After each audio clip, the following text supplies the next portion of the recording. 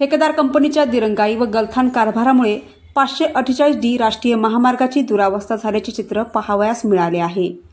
राष्ट्रीय महामार्ग 548D न्हावरे काष्टी श्रीगोंदा आढळगाव मार्गे जामखेड जाणारे रस्त्याचे काम आढळगाव हद्दीत गेल्या 2 वर्षापासून ठेकेदार कंपनीच्या गलथान कारभारामुळे संथ गतीने सुरू आहे.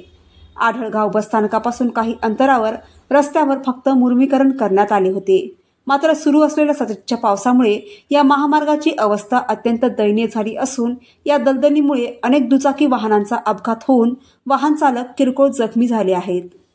दुचाकी चालकांना जीव मुठीत धरून प्रवास करावा लागत आहे. हे अपघात टाळण्यासाठी ठेकेदारामार्फत रस्त्यावर खडी टाकण्यात आली.